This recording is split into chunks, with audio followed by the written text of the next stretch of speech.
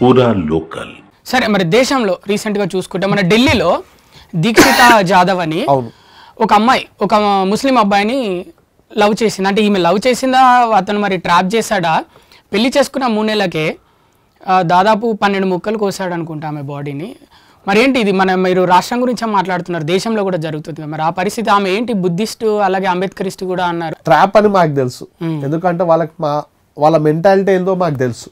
కానీ అమాయకురైన ఆడబిడ్డకి ఆమెకు తెలియదు. ఆమె బుద్ధిస్ట్. ఆమె ఏమనుకున్నారంటే చాలా మంది దళిత అబ్బాయిలు చెప్పారు అమ్మాయికి పెళ్లి ముందు, మేము కన్సల్ట్ అయినాము, అయితే నై భయ్ హమ్లా బోలే వాళ్ళు అడిగి నైసుని, అదే ముస్లింలు అందరూ అట్లనే కాదు, మంచి ముస్లిమీడు సాజిద్ అనేటోడు నన్ను ప్రేమగా చూసుకుంటాడు, ఆడ చదువుకోడు సకనోడు అని చెప్పి ఆ మాటలు విని పెళ్లి చేసుకుంది. 3 నెలలు తిరగకముందే ఈమె ఫ్రెండ్కి ఫ్రెండ్ ఆమెతో అఫైర్ పెట్టుకుంది. ఇదేందిరా భయ్, నేను ప్రేమించి పెళ్లి చేసుకున్నా, నా ఇంటోళ్ళను వదిలి నా కులపోలను వదిలి నేను ఎదిరించి నేను పెళ్లి చేసుకున్నా అన్నందుకు వాడు కజిన్స్ కలిపి ఆ అమ్మాయిని చంపేసి 12 ముక్కలు చేశారు.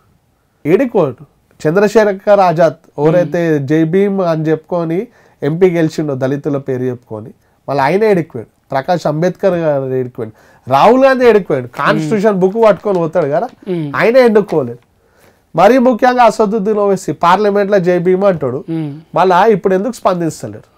జాతీయ మీడియాలలో వచ్చినాయి, మరియు న్యూస్ పేపర్స్లో వచ్చినాయి. మళ్ళీ ఇష్యూ పైన టేకప్ నోరిప్పి మాట్లాడుతున్నారు అంటే కేవలం అదే బీజేపీ వాళ్ళు, అదే హిందూ ఆర్గనైజేషన్స్. మిగతా దళిత ఆర్గనైజేషన్స్ ఎందుకు వస్తలేరు?